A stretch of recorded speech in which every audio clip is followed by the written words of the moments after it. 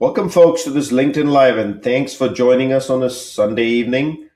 This LinkedIn Live will be all about your mobile brand strategy, and there's actually an Easter egg in this episode, a playbook to take away. I'm, of course, Shri, your co-host, and do check out my daughter's music at www.riaraj.com. That's www.rhearaj.com. And I'm joined by my co-host, Peter Bond, who is the Partnership Acceleration Lead at Flywheel Digital. Peter, how you doing on this Sunday evening? Shri, it's great. Had a nice weekend and nothing like getting ready for the week than digging into this industry and particularly around mobile. I don't think we have given mobile first strategy its due consideration in our conversation. It's kind of in the background of everything we talk about, but kind of elevating it to the front of our conversation to say, how are brands really preparing themselves to win in what is increasingly a mobile first world? I think this is really important. Couldn't agree more, Peter. And thank you, of course. And for our audience, if you look at our t-shirts, Peter, hold up your t-shirt. It says CPG Guys 300. What that means is we have hit episode 300. A reminder that do take a minute to listen to Kara Pratt from Kroger Precision Marketing at 8451 and the awesome conversation we had on Kroger's Retail Media Network as a special guest on episode 300 was Kara Pratt. Today's discussion will be all about mobile strategy and where it stands today.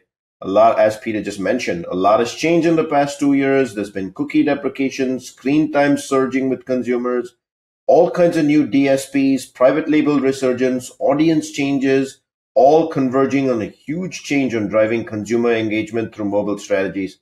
To decompose that, we have none other than Jeff Williams, Vertical Strategy Lead of CPG and Pharma from InMobi with us today. We are so happy to have you on the show. Why don't you take a quick minute and give our audience a brief overview of who InMobi is and your role at InMobi? Yeah, sounds good, Shri. Thanks for having me. Excited to be on with you guys today. InMobi is a global company. We operate in over 100 countries. We're an end-to-end mobile platform. And what that means, we kind of sit in an interesting spot in the digital mobile ecosystem. We started about 15 years ago as a mobile ad network, progressed into programmatic, and then eventually into the largest independent mobile SSP out there. Similarly timed, we also stood up our own performance DSP. So we're on the SSP and the DSP side of the business. And we also built a robust insights platform, and we've got some O&O properties that are live as well. We started in India, worked our way east to west. So properties such as Glance and Reposo that some of the international folks may know are making their way over towards the States, and more news to come on that later in the year. But I lead our vertical strategy team within InMobi for CPG and pharma. Within that, I am helping navigate clients and our team through the intricacies of the vertical, aligning data and insights and activations against our clients' objectives and what they're trying to do. And today I wanted to talk to you guys about the CPG Playbook that we put together and released a little bit earlier in the year. What's obvious, Jeff, is in the last 2 years, acronyms, we asked that I guess decomposes them. O&O for our audience, please. Owned and operated. So owned and operated property. Our O&O apps. Commodities. Display was hard to secure as there isn't labor in store. Everyone's had to get a quick degree on how to work online in e-commerce. So I think it's fair for Peter and me, the CPG guys, and you to kind of say playbooks that existed in the past of the 4Ps and things of that nature. A lot of adjustments had to be made real time and dynamically. Inflation, then it's been a little bit of back to supply chain, could be only attained by those who have differentiated that very playbook that we speak to. So the question I'd love to ask you is, in that scenario where most playbooks have been thrown out the window or heavily adjusted, why should a CPG build one what kind of content, and why build one from a mobile media standpoint? And then if you built one, how would it hold up? All tremendous points, Shri. It's been a rough couple of years. It's been a rough couple of months. So things continue to evolve quickly. They've been a lot more positive lately, which is the good news. Inflation seems to be slowing a little bit. Much of the supply chain seems to be stabilizing, fuel, commodities, things like that. Consumers continue to change and continue to shift. So, when we look at it, there's been a lot of impact into the CPG environment from all those things we just talked about. But inflation also tends to help the CPG community and vertical on a whole as consumers eat out less and they're spending a little bit more on groceries at home. But we really looked at it from the consumer side of things, and ad tech is not without its bumpy ride as well. I think we saw the meteoric rise during early stages of COVID through 21 was just the digital ad tech companies couldn't get big enough fast enough, and we're seeing the pain of that, I think, realize itself. Zuckerberg coined it the year of efficiency, right? So as this year has kind of worn on, I think we're seeing that things are stabilizing a little bit. So a lot of the ad tech pain was somewhat of their own making. Our own making was that things got too hot and heavy too quick. And as you look at e-commerce is still on a great trajectory over the last 5-7 years. It's just we had hockey stick growth for a year, and then we had a little bit of normalizing. So that's still going well, but we focused our playbook really looking at the consumer first. So looking at things like consumer brand value and loyalty, and also some of the more global topics that are continuing to ramp up in 23, but things like addressability, identity, open ecosystems for doing your digital media planning and targeting and things like that. So we tried to balance that purposefully. We didn't get too deep on one. People wait till the end of this one micro LinkedIn event Live. That's going on in the We're landscape. actually Kind of gonna looked at broader topics, but took a consumer and bigger scaled approach. Jeff, wait. Does that mean give them a playbook? Of course. Shri, in fact, if you scan the QR code that's now on the screen, you can get the playbook while you're listening to us talk. So, hey, Jeff, welcome. We're so glad to have you here on our LinkedIn channel today. Glad to be with you, Peter. You and I have known each other for a couple of years, and what I like about what you just said is you start with the consumer. I think that is absolutely the best place to start any strategy if you want to win in this industry. The challenge, though, is loyalty has been a bit of a pain over the last 18 months. It's hard to build loyalty when you face, as a brand, supply chain constraints and out of stocks. It's hard to build loyalty when prices are going up. And of course, shoppers have so many choices on the internet. They're not limited by the space available on a physical shelf.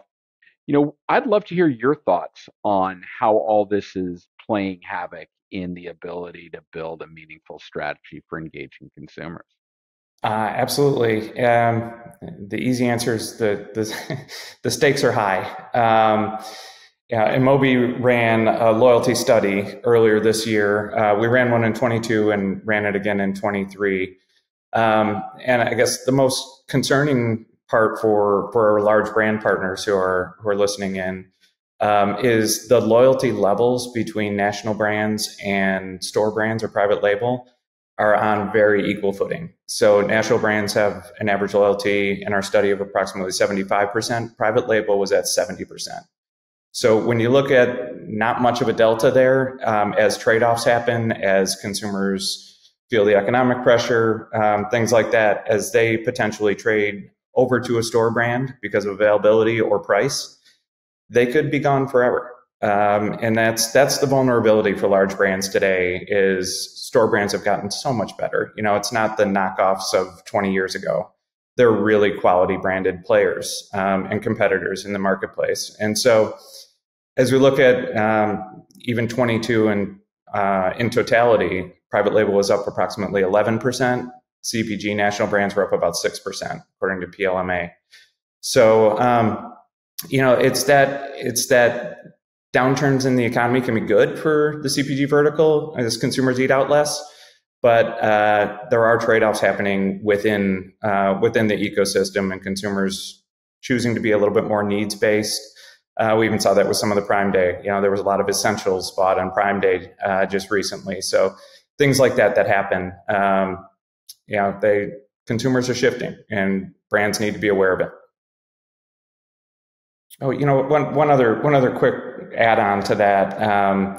A part of our study that we did look at was motivations. I didn't touch on motivations and kind of in the macro sense and what we're seeing in the sales trends, but we did measure and ask consumers about their motivations within the space, and that's shifting from 22 to 23 as well. Quality showed a positive increase of 3%. But price sensitivity and consumers' decisioning based off of price was actually up 7%. So more than double. So when we look at consumer motivations, it just adds to that vulnerability. Consumers are looking for deals. They're looking for ways to stretch their budgets a little bit, and that creates another level of vulnerability for the brands. Jeff, you're so right. There has been an uptick in private label consumption in the past few weeks. I would say for definitely the last 6 months, and maybe the trend was already brewing last year, so it shouldn't be a surprise to anybody. You talked a little bit about motivators, but I'm curious, in your playbook, do you address brand switching of private label, and what's your observation there?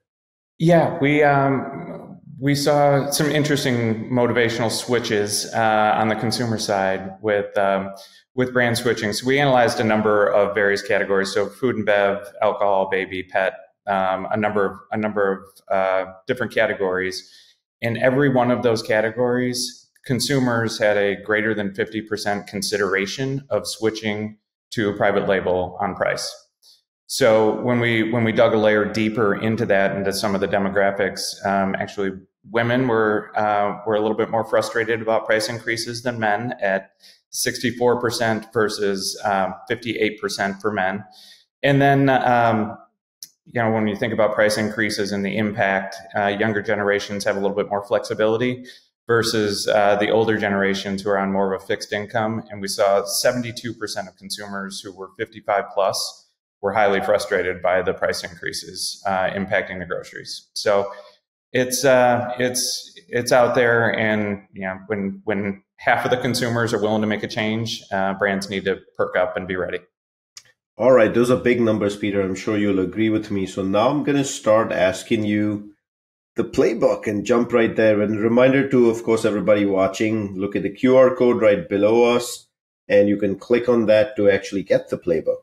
So given this is the current scenario where we stand in the CPG industry and retail, what can brands be doing, or what should brands be doing? I would likely say, what should brands be doing in the mobile space to offset some of these trends, which are obviously growing by the day? Yeah, it's not a single silver bullet, but as e-commerce and we talked a little bit about some of that growth, and consumers were actually anxious to get back out there in brick and mortar. Still in CPG, it's still a lion's share. We're seeing great growth in e-commerce, but it's still a lion's share is happening in brick and mortar retail.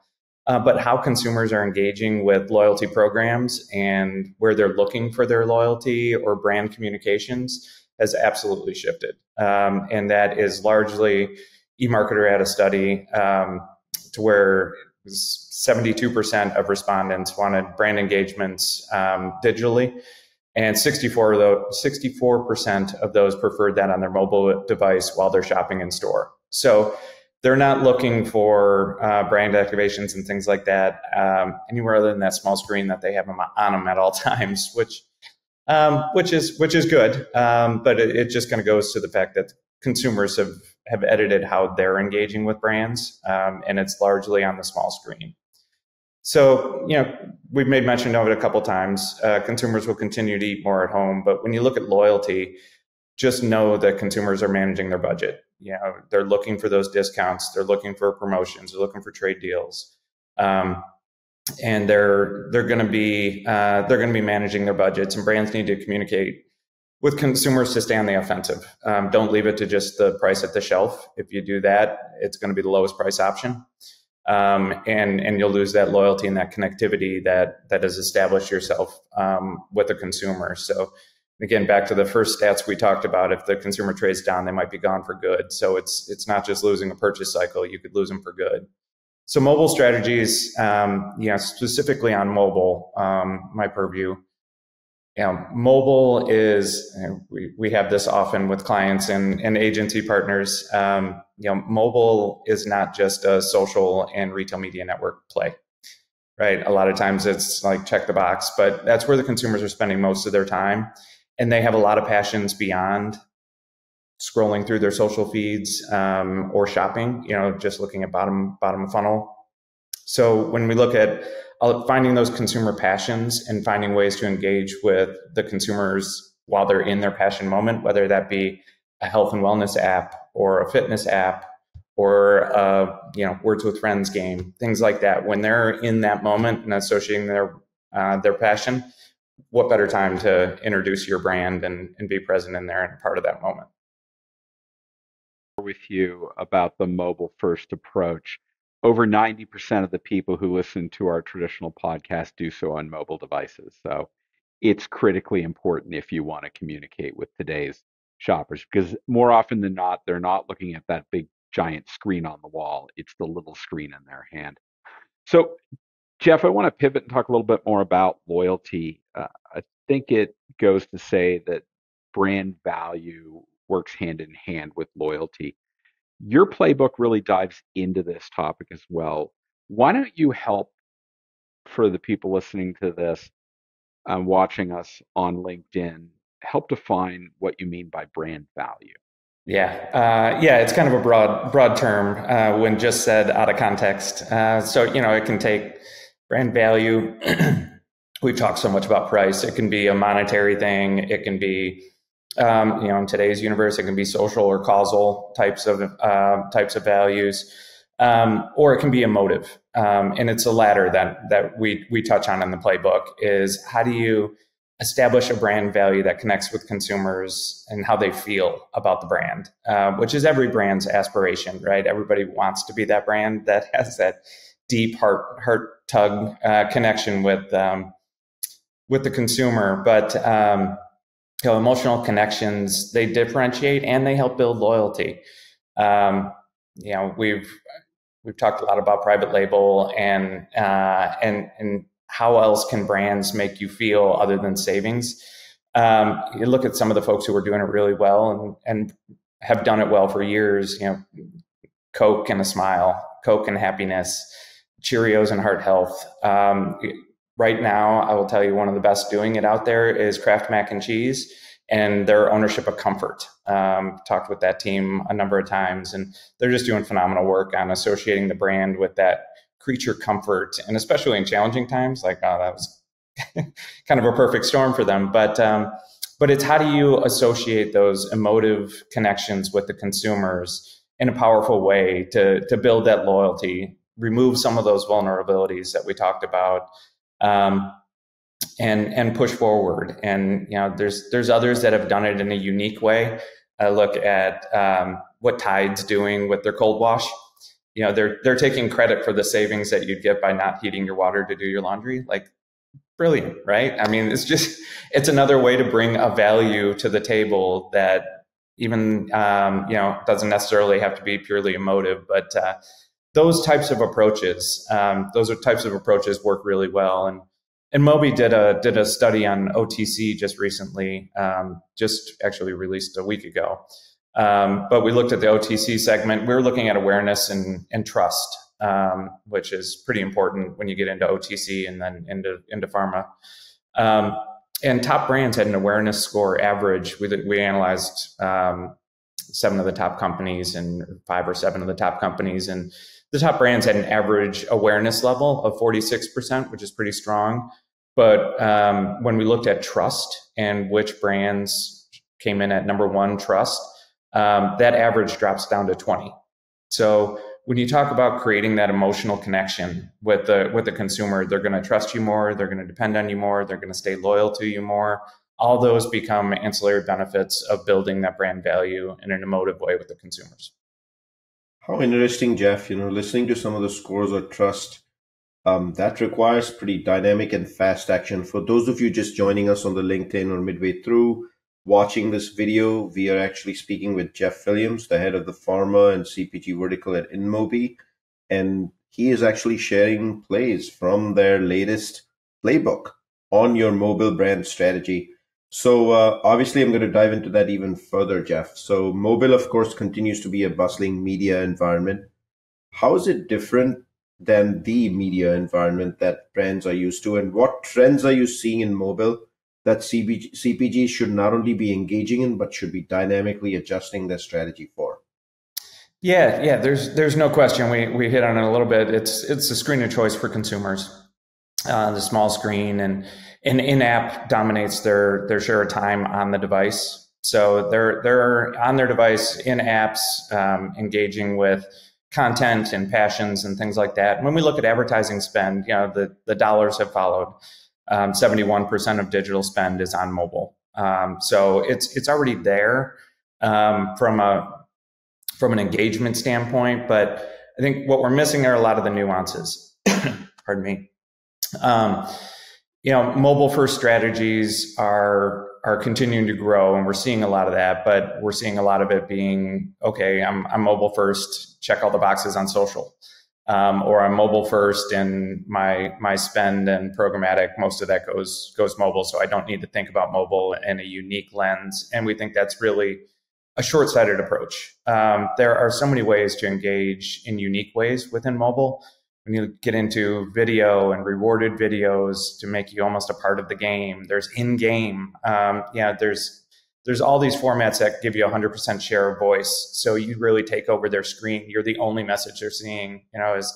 As attention metrics continue to bubble up and become a bigger deal, I think those types of engagements, playable ad units, things like that, are going to become a lot more popular. And that's just a start. It's a vast playground for CPGs and for brands to play and engage with their consumers while they're in their passion moments. Wow, Jeff, you're bringing a whole new lexicon to the CPG guys. We're very focused, obviously, on a lot of retail media terms and more traditional media, but this is great because we're trying to explore and learn more about where this industry is going, not so much where it is. So this is really helpful. Let me switch gears a little bit and talk about ad tech in particular. Our favorite topic on the CPG guys of late has been retail media in all its forms and functions. It is growing very rapidly, right? How are you advising consumer packaged goods manufacturers to view the current landscape vis-a-vis retail media networks? And particularly when you think about the big three advertising platforms, obviously Amazon ads, but there's Google and there's Meta. What are your thoughts around that, and how are you trying to direct your CPG clients? Yeah, that's a bit of a tricky question. It's the third wave of really digital advertising is having a moment. It's going gangbusters for all the right reasons, right? I mean, first party data, connectivity with the shoppers, partnerships between CPGs and retailers getting stronger, better JBPs, things like that are happening as an output of this. But multiple consumer touch points and the attribution solution that, while it hasn't necessarily standardized across retail media networks, they are delivering attribution, which is another strong checkbox for retail media networks. So they've done a nice job, and you can totally understand why it's been a rocket ship. And it's really kind of turned grocers into media companies now, right? So it's changed that whole space. Our advice is not anything other than what anybody would tell you. Everything is good in moderation. So it shouldn't be all chips being pushed in on one lever. And the same thing can be said about mobile and app advertising. I'm not telling you that push it all our way. We'd love that, but no, that wouldn't be the right thing to do. So the pendulum has swung pretty far, and now I think we'll find a little bit of rebalancing. Within that, retail media networks are doing great things. They continue to expand. They're doing great work for the brands, and they're working. And that's not a bad thing, but that's also going to create some dependencies for CPGs that they need to consider down the line if they're only really pushing heavily into one arena, whether it be retail media networks or the big three that you mentioned. Anytime you're playing in solely walled garden environments, you're cutting off some of your own capabilities for long-term potential and other things that you might want to do down the line because of the loss of some of the control, if you will. So CPG brands really shouldn't solely rely on the outside first party data or become overly reliant on any of the walled gardens. They all perform. They're big for a reason. They work. And that's not a bad thing, but it shouldn't be the only thing. So moderation, and seek those open environments as testing grounds. So those are also environments to where you can do what you want. You can target how you want. Your creative can be what you want. So you get some flexibility in these open environments, which I think CPGs can lean in on that and use them for really powerful testing grounds to think, plan, and act in a mobile-centric way, but in the brand's control. Wow, Sri, did you hear that? Whether we're talking aspartame or media, it's all good in moderation. Yeah, and I'm not convinced brands are really up and leaders in the open environment for mobile campaigns. And your advice is a good one, Jeff, that I think very senior leaders in brand, including CMOs, need to take a much deeper dive in that space and understand really the impact of things that have taken place, which is why you're really giving the advice to go deeper in that space. So obviously, Jeff, the next one that rises all the way up top in my mind is a lot has happened in the industries ever since Google announced, I think it's been a solid 2 years. It was this middle or start of the pandemic that there was going to be a change in the cookie philosophy and privacy. And what does that mean? First party data has been a topic that's gotten way too much press for the right reasons. CPG geared over the pandemic because of the lower funnel activation of e-commerce to retail media networks. Favorite word here on the CPG Guys. We've had every large RMN on this network. Does that feel right to you? Is an RMN the solve? Is it something that can be done on the mobile side instead of relying solely on RMNs? And then what is InMobi's strategy in this space? There's a lot to unpack there. It's a complex topic, and one that also I don't know if it's being thought of as broadly as it could or should be, at least from a mobile lens perspective. The deprecation of cookies, and ever since ATT happened, and then the deprecation of cookies, we talked about the 70% of digital is happening on mobile. Well, the solutions to cookie deprecation, a lot of the focus and attention has been on the cookie. Well, the solutions are being built for desktop and web environments. Really, the topic is bigger on addressability, and in the mobile environments, we're looking at mobile ad IDs, so MAIDs, because we need more acronyms. But the mobile ad IDs, and how do we create environments to get some cohesion in that, and kind of create options that balance precision for both national CPG, but also commerce teams, both precision, but also scale. So it's a complex problem that I don't think anybody's going to solve with a silver bullet. And that's okay, because it's going to take time, and I think there's going to be a number of different opportunities or options that are going to come up in the environment. The targeting environments are just going to change. Identity and addressability are paramount. We're seeing a lot more talk about clean rooms and ID graphs. InMobi is a couple years in on building our ID graph, focusing on the mobile in-app consumer, how they're engaging, what they're doing, and filling in all the rows and columns around that ID graph. Then you're seeing much more collaboration in clean rooms amongst various ID solutions and first-party data sets. The reality is we're building for a multidimensional solution down the line. I don't think there's going to be one solution. So we're looking at consented, we're looking at ID or ID less, we're looking at cohorts, we're looking at contextual. So it's bringing all of this together to create flexibility and create those environments for CPGs and any of our partners to test, learn, and proceed.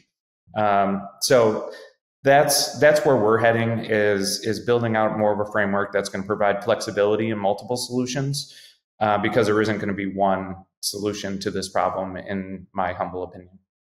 So, Jeff, manufacturers tend to sell pallets to retailers through warehouses. They are not accustomed to selling eaches directly to consumers.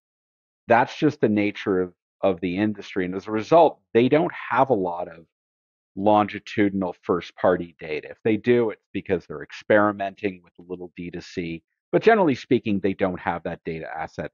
So as you're starting to get into this space and you think about identity solutions to be able to communicate directly with consumers, what advice do you give to CPG guys that are really just truly starting the journey into identity solutions?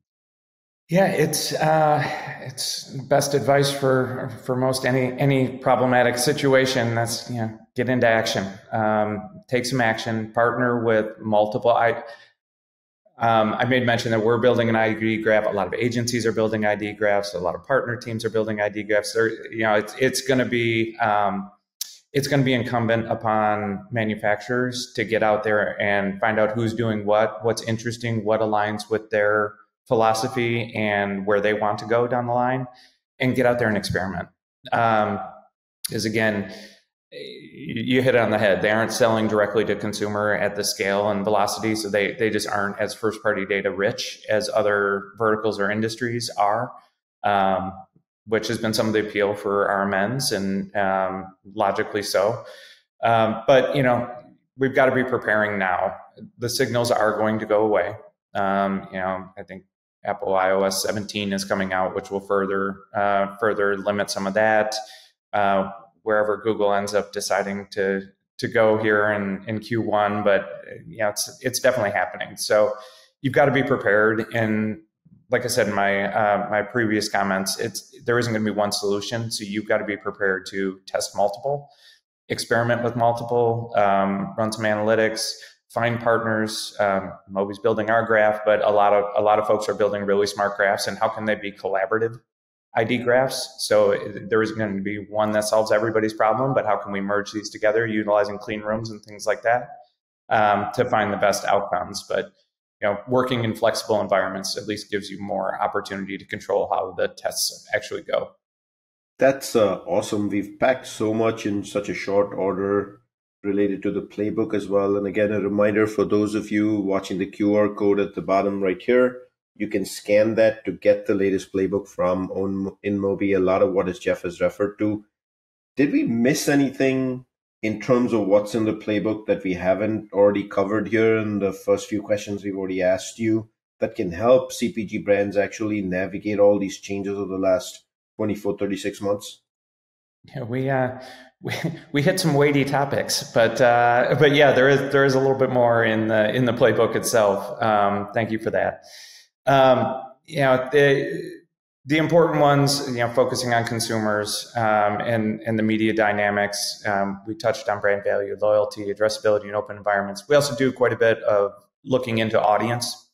So some of the audience nuances, who over where, but who go after who more than go after where they are, types of environments. But how does CPGs take control of their future with respect to their audience? Kind of ties into the addressability. It's kind of overarching. We also hit on programmatic media being largely driven by KPIs. I feel like this is one of those arenas to where RMNs have done a really nice job because their attribution, because their targeting. They tend to be a little bit more objective-based campaigning, versus programmatic largely is about scale, reach, efficiency, and KPIs. So tell me what my CTR, VCR, viewability, we aren't seeing as strong an alignment. So I'd like to ask the CPG community to, challenge your programmatic teams a little bit more on what is the objective? What is the brand trying to do? What are the true objectives? How do we get there? And what are the right KPIs we should be looking at against that? So So we touch a little bit about that. And again, there's a lot of challenges, but challenges breed opportunities.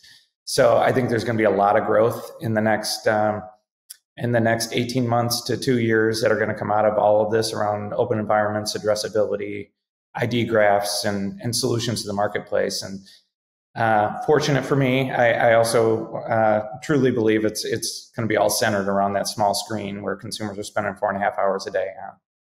Jeff, thank you so much. This has been a very illuminating conversation. I'll remind our audience, you want to scan the QR code that's on the screen.